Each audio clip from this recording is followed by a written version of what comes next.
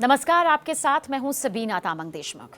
हनुमान जयंती का पावन पर्व हर साल चैत्र मास की पूर्णिमा तिथि को मनाया जाता है। धार्मिक मान्यता के अनुसार इसी दिन हनुमान जी का जन्म हुआ था। हालांकि देश के कुछ हिस्सों में ये भी मान्यता है कि हनुमान जी का जन्म कार्तिक मास के कृष्ण पक्ष की चतुर्थी तिथि को हुआ था, इसलिए वहां कार्तिक में भी हनुमान जयंती मनाई जाती है। लेकिन ज्यादातर जगहों पर चैत्र पूर्णिमा को ही हनुमान जयंती मनाई जाती है। धार्मिक ग्रंथों के अनुसार हनुमान जी भगवान शिव के रुद्रावतार माने जाते हैं। उन्होंने वानर रूप में जन्म लेकर अपना पूरा जीवन भगवान श्री राम की सेवा में समर्पित कर दिया। इसी कारण उन्हें भगवान राम का सबसे बड़ा भक्त कहा जाता है। इस साल हनुमान जयंती 2 अप्रैल को मनाई जाएगी। इस साल हनुमान जयंती पर 2 मुहूर्त यहाँ पर विशेष तौर पर भक्तों के लिए हैं। दिग्र पंचांग के अनुसार 2 अप्रैल को हनुमान जयंती पर सुबह 6:10 से लेकर सुबह 7:44 तक पूजा के लिए सर्वश्रेष्ठ मुहूर्त है। इसके बाद शाम को 6:39 से लेकर रात 8:06 तक पूजा का दूसरा मुहूर्त रहेगा।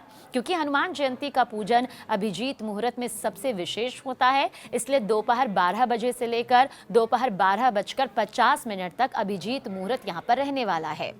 इस साल हनुमान जयंती पर ध्रुव योग और हस्त नक्षत्र का संयोग रहने वाला है। ध्रुव योग सूर्योदय से लेकर दोपहर 2:20 तक रहेगा और इसके बाद आपको बता दें कि बहुत ही शुभ मुहूर्त यहाँ पर बनेगा, जिसे व्याघात योग यहाँ पर कहा जा रहा है, जो शुरू हो जाएगा और ये शाम को 5:38 तक हस्त नक्षत्र भी यहाँ पर रहेगा। इसके बाद चित्रा नक्षत्र लग जाएगा। हनुमान जयंती के दिन देखिए सुबह जल्दी उठकर स्नान करें और घर के मंदिर में हनुमान जी की मूर्ति या चित्र स्थापित करें। एक चौकी पर लाल कपड़ा बिछाएं और हनुमान जी को स्थापित करें। इसके बाद गंगा जल से स्नान कराएं, तिलक लगाएं और अक्षत अर्पित करें। हनुमान जी को सिंदूर और घी अर्पित करना बेहद शुभ माना जाता है। इसके साथ ही लाल फूल, जनेऊ और माला जरूर चढ़ाएं।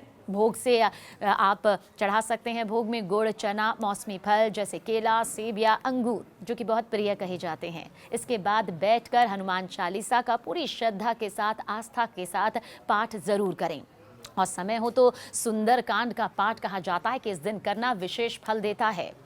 हनुमान जी की आरती भी करनी चाहिए। अपनी मनोकामना उनके सामने पूरी श्रद्धा के साथ रखें। पूजा के बाद प्रसाद को ज्यादा से ज्यादा लोगों में जरूर बांटें।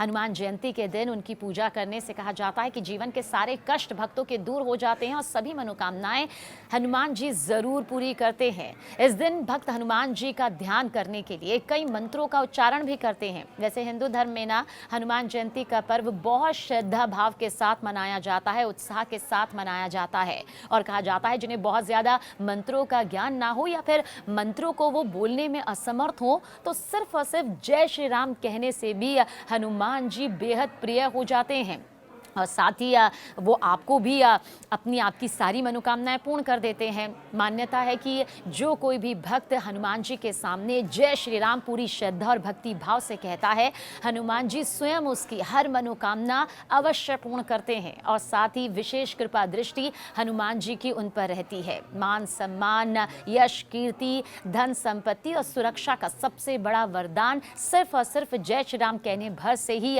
हनुमान जी से विशेष फल के तौर पर प्राप्त हो जाता है।